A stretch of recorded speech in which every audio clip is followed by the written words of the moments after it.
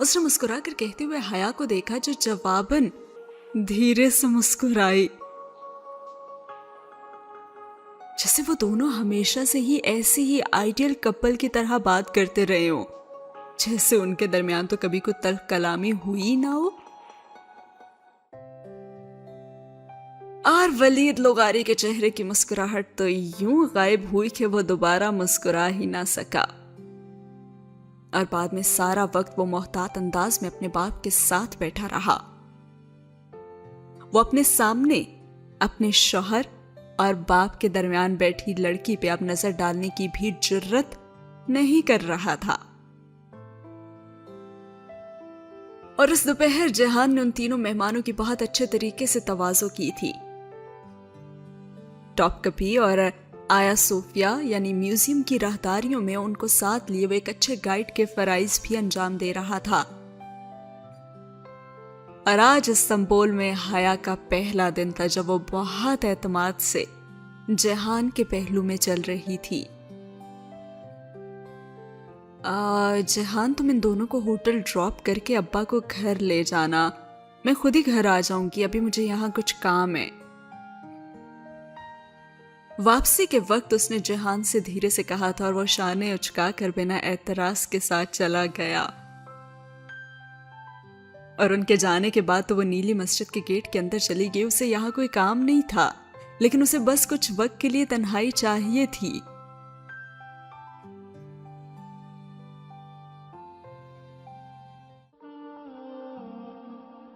اور مسجد کے احاطے میں سبزہ زار پہ پانی کا فوارہ ابل رہا تھا، اونچے گنبدوں پر چھاؤں سی چھائی ہوئی تھی اور وہ سر جھکائے روش پہ چلتی اندر جا رہی تھی۔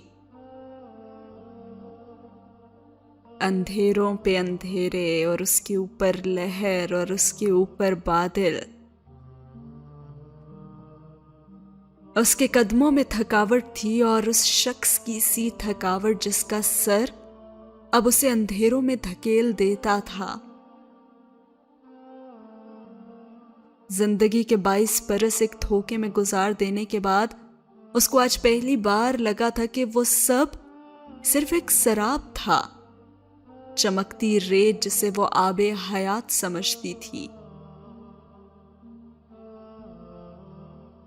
اور پھر اسے وہ بات یاد آئی، اور نہیں بنایا جس کے لیے اللہ تعالیٰ نے نور تو نہیں ہے اس کے لیے کوئی نور۔ اور اندر اس عظیم الشان ہال میں وہ گھٹنوں کے گرد بازوؤں کا حلقہ بنائے ٹھوڑی ان پہ جمائے ساری دنیا سے لا تعلق بیٹھی تھی۔ تو نہیں اس کے لیے کوئی نور۔ وہ سوچنے لگے کہ اس نے تو ہمیشہ اپنی مرضی کی تھی، اس نے ہمیشہ اپنی مرضی کر کے غلط ہی کیا تھا۔ اس نے بہت دفعہ اللہ تعالیٰ کو نہ کی تھی۔ اسے کبھی اس بات سے فرق ہی نہیں پڑا تھا کہ اللہ تعالیٰ اسے کیسا دیکھنا چاہتا ہے۔ وہ تو ہمیشہ وہی بنی رہی جیسا وہ خود کو دیکھنا چاہتی تھی۔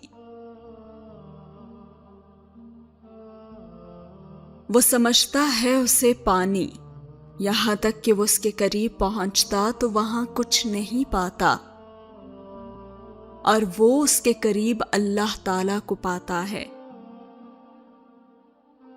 اس نے آنکھیں بند کر کے چہرہ گھٹنوں میں چھپا لیا، اور پھر اس نے ان ماضی کے دنوں کو یاد کرنا شروع کر دیا جن دنوں اس کا تازہ یونیورسٹی میں ایڈمیشن ہوا تھا تو اس نے دوپٹہ بالکل گردن میں لینا شروع کر دیا تھا۔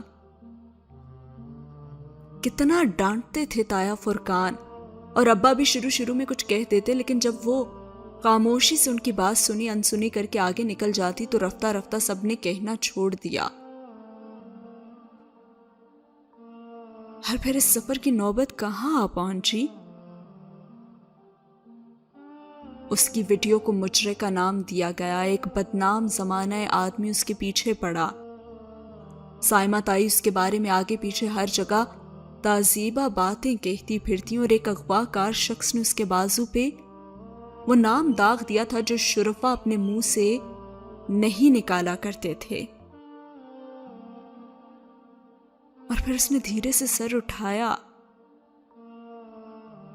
اللہ نور ہے آسمانوں اور زمینوں کا۔ اب وہ سوچنے لگی کہ لوگ کہتے ہیں مسجدوں میں سکون ہوتا ہے، کوئی اس سے پوچھتا تو وہ کہتی مسجدوں میں نور ہوتا ہے، نور اوپر نور کے۔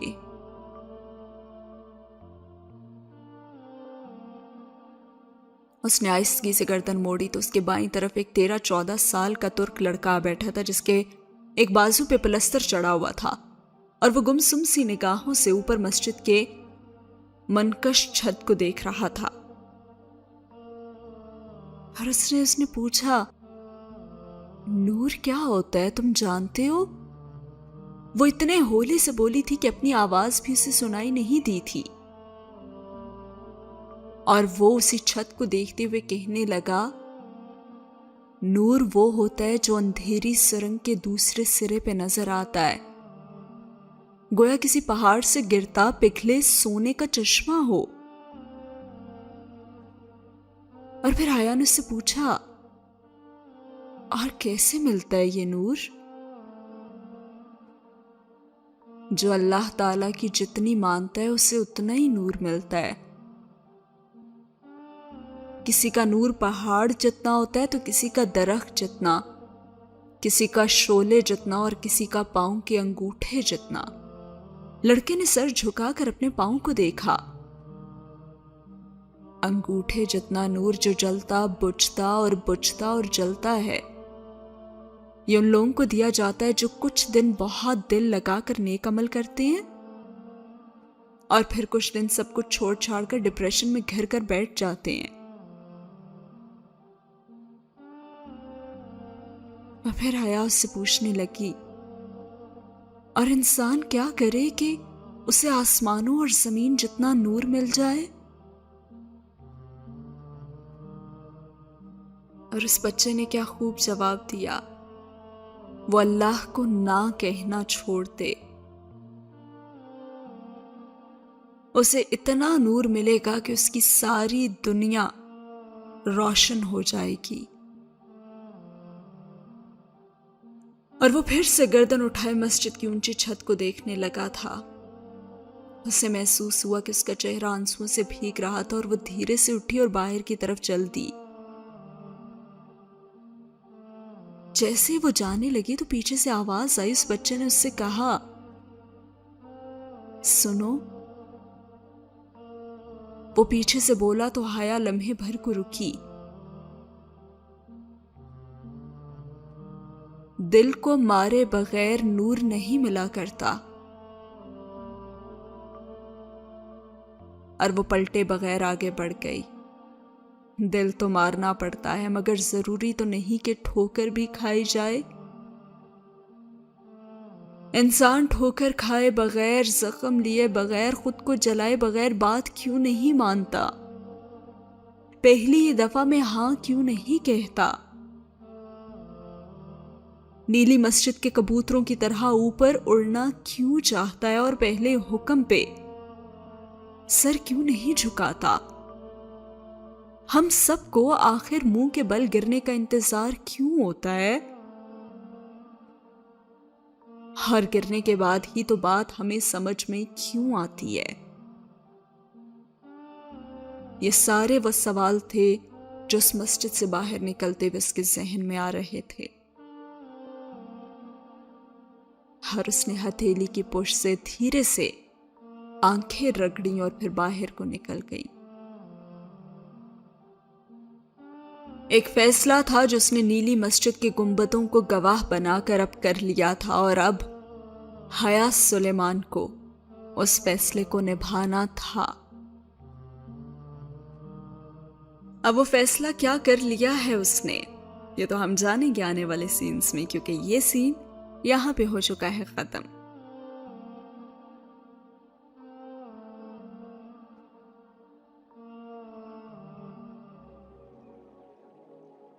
اگلا سین شروع ہوتا ہے پھوپھو کے گھر سے، جہاں پہ بہت ساری خوشیاں ان سب کے انتظار میں تھی۔ پھوپھو اور ابا لاؤنج میں بیٹھے بیتے دنوں کی باتیں کر رہے تھے، اور پھوپھو تو بہت خوش تھیں، بار بار نم آنکھیں پونچھتیں، اور وہ کچن میں چائے بنا رہی تھی اور جہان کیک ٹرے میں سیٹ کر رہا تھا۔ آج اس نے کون سا اعتراف کیا ہے، وہ سب تو یوں ظاہر کر رہے تھے گویا انہیں یاد ہی نہ ہو۔ اور پھر جہان اسے کہنے لگا، تمہاری پڑھائی کا حرج تو بہت ہو گیا ہوگا، اتنے دن لگا دیے تم نے ادالار میں، اور ڈارم آفیسر نے طلبی کی ہوگی تمہاری۔ وہ کیک پہ کچھ چھڑکتے ہوئے سے پوچھ رہا تھا۔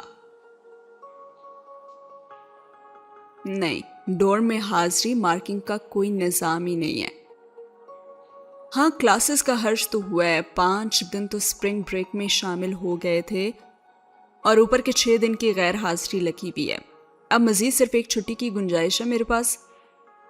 وہ کیتلی میں چائے ڈالتے ہوئے بولی تھی، اور دونوں ایک دوسرے کو نہیں دیکھ رہے تھے۔ اچھا، ایگزامز کب ہیں تمہارے؟ مئی کے آخر سے جون کے پہلے ہفتے تک۔ تو پاکستان تم نے 5 جولائی کو جانا ہے نا؟ تو یہ آخری مہینہ تو شاید صرف ترکی گھومنے کے لیے ہی ہے۔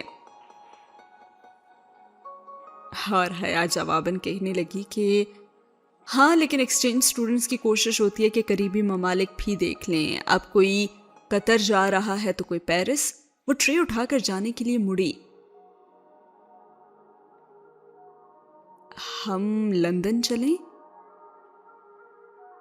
اور حیا نے پلٹ کر حیرت سے اسے دیکھا۔ وہ اوون سے سنیکس کی پلیٹ نکالتے ہوئے دھیرے سے مسکرایا تھا۔ ہم لندن جا رہے ہیں کچھ عرصے تک، ابا کے علاج کے لیے، تم بھی چلو؟ آئیڈیا تو اچھا ہے، سوچوں گی۔ اور وہ جواباً مسکرائی اور ٹرے لیے باہر آ گئی۔ اور جیسے وہ باہر آئی تو پھوپھو اور ابا کو اس نے باتیں کرتے ہوئے دیکھا، جہاں پہ پھوپھو سبین کہہ رہی تھی، میری بہت خواہش تھی بھائی کہ یہ سب پاکستان میں ہی ہو اور سب رشتہ داروں کے ساتھ ہی ہو، لیکن شاید ایسا جلد ممکن نہ ہو، اور پھر ہم دونوں ہیں تو یہاں، اس لیے میں نے سوچا کہ غیر رسمی انداز میں کوئی رسم ہی کر لیں۔ پھوپھو شاید ابا سے بات کر چکی تھی اور تبھی وہ مسکرا رہی تھی، اور وہ جو کارپٹ پہ پنجوں کے بل بیٹھی ٹرے سے پیالیاں نکال کر میز پہ رکھ رہی تھی، نہ سمجھی سے انہیں دیکھنے لگی۔ اور پھوپھو مسکراتی ہوئی اٹھی اور چند لمحوں بعد چھوٹی سلور ٹرے لے آئی جس میں سرخ پیتا رکھا نظر آ رہا تھا، اور حیا نے نہ سمجھی سے ٹرے کو دیکھا اور پھر کچن سے ٹرالی دھکیل کر لاتے جہان کو بھی۔ وہ بھی پھوپھو کے ہاتھ میں ٹرے دیکھ کر رکا اور پھر سوال کے نگاہوں سے ان کا چہرہ دیکھا۔ جی، تو جہان سکندر، آپ کو کوئی اعتراض تو نہیں؟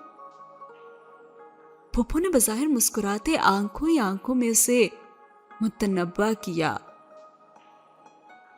وہ شاید راضی تو نہیں تھا، لیکن نہیں کہہ کر ٹرالی آگے لے آیا، اور حیا ٹرے میز پہ ہی چھوڑ کر اٹھ کھڑی ہوئی، اور اسے اب نظر آیا کہ سرخ پیتے کے دونوں سروں پر ایک ایک انگوٹھی بندھی ہوئی تھی۔ شادی کا وقت تو ظاہر ہے ہم بعد میں ہی ڈیسائیڈ کریں گے، لیکن ہر ماں کی طرح میری بھی خواہش ہے کہ میں اپنی بہو کو نسبت کی انگوٹھی پہنا دوں۔ فاطمہ بھی ہوتی تو کتنا اچھا ہوتا نا۔ وہ دونوں انگوٹھیوں کو پکڑے ان دونوں کے پاس لے آئیں،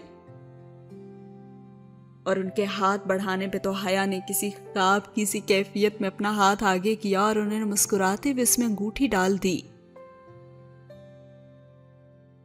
وہ ایک سادہ اور پلاٹینم بینڈ تھا۔ سرخ ربن کے دوسرے سرے سے بندھا بینڈ انہوں نے جہان کی انگلی میں ڈالا اور پھر ٹرے سے چھوٹی کینچی اٹھا کر ربن درمیان سے کاٹا،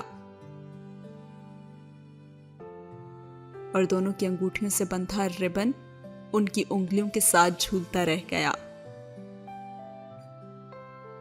ترکی میں منگنی شاہد اسی طرح ہوا کرتی تھی۔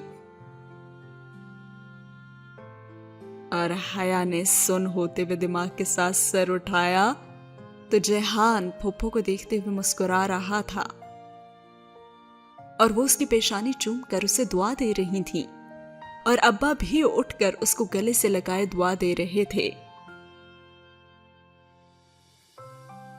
ارے وہ سب کتنا حسین تھا نا، کسی خواب کی طرح۔ دھنک کے سارے رنگوں سے مزین کوئی بلبلا جو کشش سکل سے آزاد ہو کر اوپر اڑتا جا رہا ہو، اوپر اور اوپر۔ ہاں تو تم کیوں چپ بیٹھے ہو برخودار؟ ابا شاید جیہان سے پوچھ رہے تھے، اور جیہان کہنے لگا کہ میں سوچ رہا ہوں کہ شاید میں وہ پہلا آدمی ہوں جس کی منگنی اس کی شادی کے بعد ہوئی ہے۔ اور وہ دھیرے سے ہنس کر بولا تھا اور نچلا لب دبائے جلدی سے ٹرے لیے کچن میں وہ آ گئی۔ اس کا سترنگا بلبلا اوپر اور بہت اوپر تیرتا جا رہا تھا۔ اور پھر اس کے بعد شام میں دیر سے جیہان ابا کو واپس چھوڑنے گیا اور پھپھو اپنے کام نپٹانے لگی تو وہ لاؤنج میں آ بیٹھی۔ اپنی انگلی میں پہنی انگوٹھی سے بندھے ربن کو دیکھتے ہوئے وہ زیر لب مسکرا رہی تھی، اور تبھی لینڈ لائن فون کی گھنٹی بجی۔ ہیلو، اس نے ریسیور اٹھایا اور دوسری جانب کسی عورت کی آواز تھی، اور وہ کہہ رہی تھی کہ کیا میں مسٹر جیہان سکندر سے بات کر سکتی ہوں؟ نہیں، وہ ذرا باہر تک گئے ہیں، کوئی پیغام ہو تو دے دیجئے۔ اور چند لمحے کی خاموشی کے بعد وہ بولی کہ جیہان کو کہنا کہ اس نے جو پارسل مجھے بھیجوایا تھا وہ کھو گیا ہے، کسی غلط ایڈریس پہ چلا گیا ہے شاید، میں اسے رات میں کال کروں گی۔ اور اسی کے ساتھ اس نے فون رکھ دیا اور حیا نے ایک نظر ریسیور کو دیکھا اور پھر شانے اچکاتے ہوئے اسے کریڈل پہ ڈال دیا۔ جب جیہان واپس آیا تو وہ لاؤنج میں منتظر سی بیٹھی تھی اور پھپھو اب تک سونے جا چکی تھی۔ حیا کا ارادہ تھا کہ وہ لندن کے ٹرپ کا پروگرام جیہان سے ڈسکس کرے گی اور اس کے علاوہ بھی بہت سی باتیں، لیکن پہلے اس کا پیغام۔ اور جیسے وہ واپس آیا تو اس سے کہنے لگا کہ ماموں صبح ہوٹل سے ہی ایئرپورٹ چلے جائیں گے اور ہمیں آنے سے منع کر دیا انہوں نے۔ تم یوں کرو کہ 2 کپ کافی بنا لاؤ اور میں کچھ نئی موویز بھی لایا ہوں، دیکھتے ہیں۔ وہ بہت اچھے موڈ میں کہتے ہوئے ٹی وی کے نیچے بنے ریک کی طرف آ گیا۔ اوکے، لاتی ہوں۔ اور ہاں، تمہارے لیے فون آیا تھا، وہ اٹھتے ہوئے بولی۔ کوئی لڑکی تھی، نام تو نہیں بتایا، لیکن کہہ رہی تھی کہ تمہارا پارسل اسے نہیں ملا اور کسی غلط ایڈریس پہ چلا گیا شاید، اور ہاں وہ تمہیں رات کو کال بھی کرے گی۔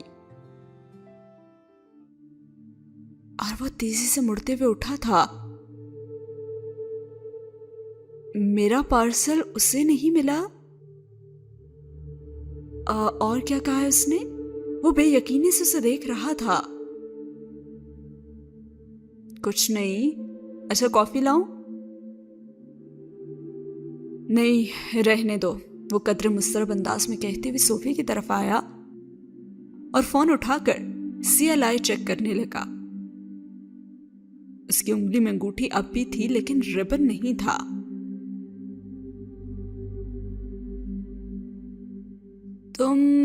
تمہیں صبح کیمپس بھی جانا ہوگا نا، تو تم یوں کرو کہ جاؤ سو جاؤ، میں بس تھوڑا کام کروں گا۔ وہ الجھے اور متفکر انداز میں CLI چیک کرتے ہوئے بولا، اور اسے تو لگا کہ اس کا سترنگا بلبلا پھٹ گیا اور سارا موڈ، غارت اور سارا پلان ختم۔ وہ اچھا کہہ کر بددلی سے کمرے میں چلی گئی اور اس کا کمرہ لاؤنج سے ملحقہ تھا اور دروازے کی ہلکی سی دراز اس نے کھلی رہنے دی۔ جب تک وہ سو نہیں گئی اسے جیہان صوفے پہ مضطرب سا بیٹھا فون کو دیکھتا ہوا ہی نظر آ رہا تھا، اور جب وہ صبح فجر پہ اٹھی تو دیکھا جیہان اسی طرح صوفے پہ بیٹھا فون کو دیکھ رہا تھا اور اس کی آنکھیں رات کو جاگنے سے سرخ ہو رہی تھیں۔ لیکن اس لڑکی کا فون نہیں آیا تھا شاید۔ انتظار لا حاصل۔ اس کے دل پہ بہت سا بوجھ آن پڑا تھا، اور ساتھ ہوا یہ سین ختم۔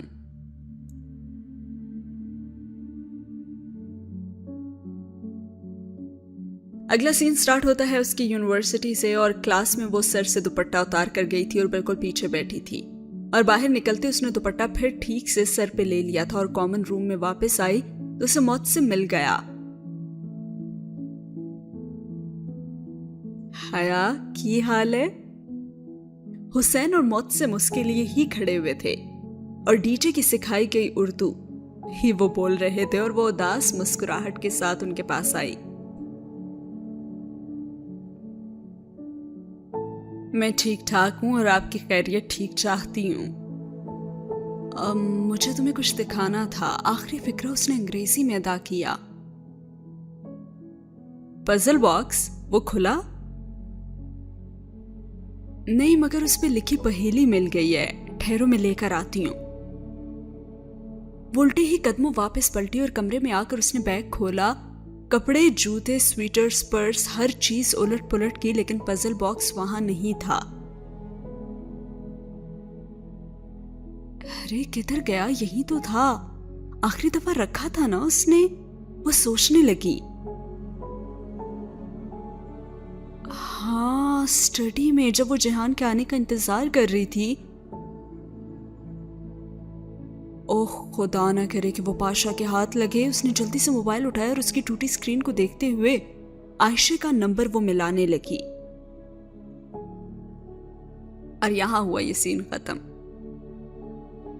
سفید محل کے اکبی باغیچے میں سپہر اتری تھی، اور عائشہ سٹول پہ بیٹھی تھی اور ورک ٹیبل پہ لکڑی کا ٹکڑا رکھے نوکدار چھرے سے اس کو چھید رہی تھی، اور اس کی آنکھیں مکمل اپنے کام پہ مرکوز تھیں۔ عائشہ، حیا کی کال۔ باہر اس کا موبائل پکڑے بھاگتی ہوئے باہر آئی تھی، اور عائشہ نے ہاتھ روک کر اسے دیکھا اور پھر موبائل تھام لیا۔ السلام علیکم حیا۔ اب وہ فون کان سے لگائے ازلی خوش دلی سے رسمی باتیں کر رہی تھی، اور باہر ساتھ ہی کھڑی تھی اور ہلکی سی مسکراہٹ کے ساتھ باتیں سننے لگی۔ Puzzle box? عائشہ کی مسکراہٹ ذرا سمٹی اور بھویں الجھن سے سکیڑی۔ تمہارا والا کدھر رکھا تھا؟ اس سے پوچھنے لگی، اور بہارے نے تبھی چونک کر اسے دیکھا، اور اس کا دل اس لمحے زور سے دھڑکا تھا۔ نہیں، میں نے تو کل ہی پوری اسٹڈی کی صفائی اپنے سامنے ہی کروائی تھی۔ اگر ہوتا تو مل جاتا نا، ہو سکتا ہے کہ تم ساتھ لے گئی ہو۔ اچھا تم فکر نہ کرو، میں دوبارہ دیکھ کر آتی ہوں۔ اس نے موبائل بند کر کے میز پہ رکھا۔ بہارے، تم نے حیا کا پزل باکس تو نہیں دیکھا؟ نہیں۔ بہارے نے ہولی سے سر نفی میں ہلا دیا۔ چلو پھر یوں کرتے ہیں کہ مل کر تلاش کرتے ہیں۔ مہمان کی چیز میزبان کے گھر میں کبھی کھونی نہیں چاہیے، بہت شرمندگی کی بات ہوتی ہے۔ وہ چیزیں سمیٹتے ہوئے اٹھ بیٹھی، اور بہارے سر جھکائے اپنی بڑی بہن کے پیچھے چل دی، اور اس کے ذہن کے پردے پہ صرف ایک آواز گونج رہی تھی، یہ باکس میرے پاس ہے، اور یہ بات میرے اور تمہارے درمیان راز ہی رہے گی۔ تم حیا یا پھر عائشہ کو نہیں بتاؤ گی اس بارے میں، ٹھیک ہے؟ ٹھیک عبد الرحمن، اس نے بے دلی سے زیر لب دہرایا تھا، اور سین ہوا یہاں پہ ختم۔ اس روز جب عائشہ نے اسے ایس ایم ایس کیا، تب وہ ہولے کے ساتھ جمعے کی نماز پہ ایوب سلطان جامع آئی ہوئی تھی، اور نماز جمعہ پہ جامع میں خصوصی اہتمام کیا جاتا تھا، اور ترک رسم کے مطابق کم سن بچے جمعے کی نماز پڑھنے سلطان کے مخصوص لباس میں آتے تھے، یعنی کہ سنہری پگڑی، سنہرا اور سفید زرتا لباس، میان میں تلوار اور کامدار جوتے پہنے وہ ننھے سلاطین اپنی ماؤں کی انگلیاں تھامے ہر جگہ پھر رہے تھے۔ انصاری محلے میں حالے کے ساتھ چلتے ہوئے سے بے اختیار اپنا اور ڈی جے کا ترکی میں پہلا دن یاد آیا تھا، وہ دن جو بہت طویل تھا۔ اور اب ان 3.5 ماہ میں کتنا کچھ بدل چکا تھا۔ ان ساری محلے میں استنبول کے بہترین اور سستے سکارف ملا کرتے تھے۔ وہ اب سر ڈھکے بغیر باہر نہیں نکلتی تھی، لیکن اس کے سارے دوپٹے شفون کے یا پھر ریشمی ہوتے تھے جو سر پہ ٹکتے نہیں تھے۔ اب وہ یہاں ایسے سکارف لینے آئی تھی جو سادہ اور ایک رنگ کے ہوں، نہ کہ ایسے شوق اور کامدار کے ہر کسی کی توجہ گھیریں، اور اسے اب کسی کو اپنی طرف متوجہ کرنا بھی نہیں تھا۔ جہان اس کا تھا اور اسے تو اور کچھ نہیں چاہیے تھا۔ وہ اپنے چند جوڑوں کے ساتھ ہم رنگ سکارف پیک کروا رہی تھی جب اس کی میسج ٹون بجی۔ اس نے فون نکال کر خراش زدہ اسکرین کو دیکھا تو عائشہ کا پیغام جگمگا رہا تھا، جس میں اس نے لکھا تھا کہ میں نے سارے گھر میں ڈھونڈا لیکن نہیں ملا، اور تم خود کسی دن آ جاؤ اور دوبارہ مل کر ڈھونڈ لیتے ہیں۔ اور اس نے ویکینڈ پہ آنے کا وعدہ کر کے موبائل پرس میں رکھ دیا۔ اور پھر واپسی پہ جواہر چلتے ہیں اس نے کہا، کیونکہ اسے فون کی اسکرین ٹھیک کروانی تھی۔ اور ہالے نے بھی کہا کہ ہاں شور، اور وہ ڈی جے کے بعد اس کے ساتھ ہی اب رہا کرتی تھی۔ ہالے ان لوگوں میں سے تھی جو دوسروں کی مدد کے لیے ہمیشہ تیار رہتے تھے اور بدلے کی توقع کے بغیر مدد کرتے تھے، ترکی کے پرخلوص لوگ۔ ٹاکسم سے انہوں نے انڈر گراؤنڈ میٹرو پکڑی اور پہلا سٹاپ چھوڑ کر وہ دوسرے پہ اتر گئی، اور اسٹیشن سے باہر سامنے ہی جواہر شاپنگ مال تھا۔ بلند و بالا کھجور کے درخت اور لش چمکتا مال، ہر روشنیوں کا سمندر۔ ہالے کچھ کھانے کے لیے ٹیک اوے کرنے کے لیے ایک ریسٹورانٹ میں چلی گئی، اور وہ بالائی فلور پہ فون ریپیئرنگ شاپ پہ آ گئی، اور وہاں پہ ترک لڑکے نے اسے کہا کہ 5-10 منٹ کا کام ہے میم، آپ کاؤچ پہ بیٹھ جائیں، میں ابھی کر دیتا ہوں۔ اور جس ترک دکاندار لڑکے نے اس سے فون لیا تھا وہ فون کا معائنہ کر کے ہی بولا تھا، اور وہ سر ہلا کر سامنے کاؤچ پہ آ بیٹھی اور ریک سے ایک میگزین اٹھا کر یوں ہی ورک گردانی کرنے لگی۔ لڑکا اب شو کیس کے پیچھے کھڑا تھا اور اس کے موبائل کے ٹکڑے الگ کر رہا تھا، اور کیسنگ اتار کر اس نے بیٹری نکالی تو ایک دم رک گیا اور سر اٹھا کر قطرے تذبذب سے حیا کو دیکھا۔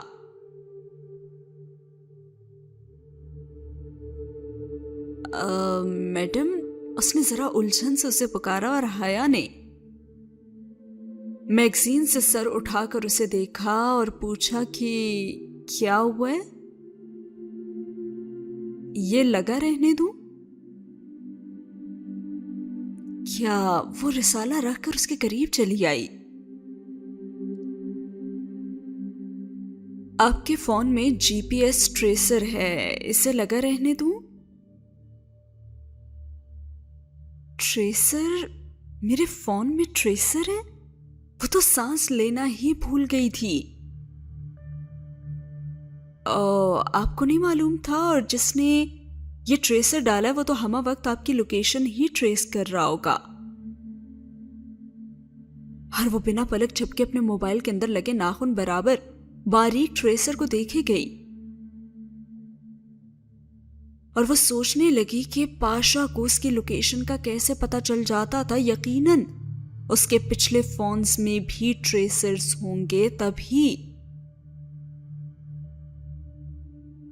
اور دکاندار اسے تفصیل بتانے لگا کہ یہ بہت سوفسٹیکیٹڈ ہے میم، وہ جب چاہے اس سے فون کا مائک آن کر کے آپ کی گفتگو بھی سن سکتا ہے۔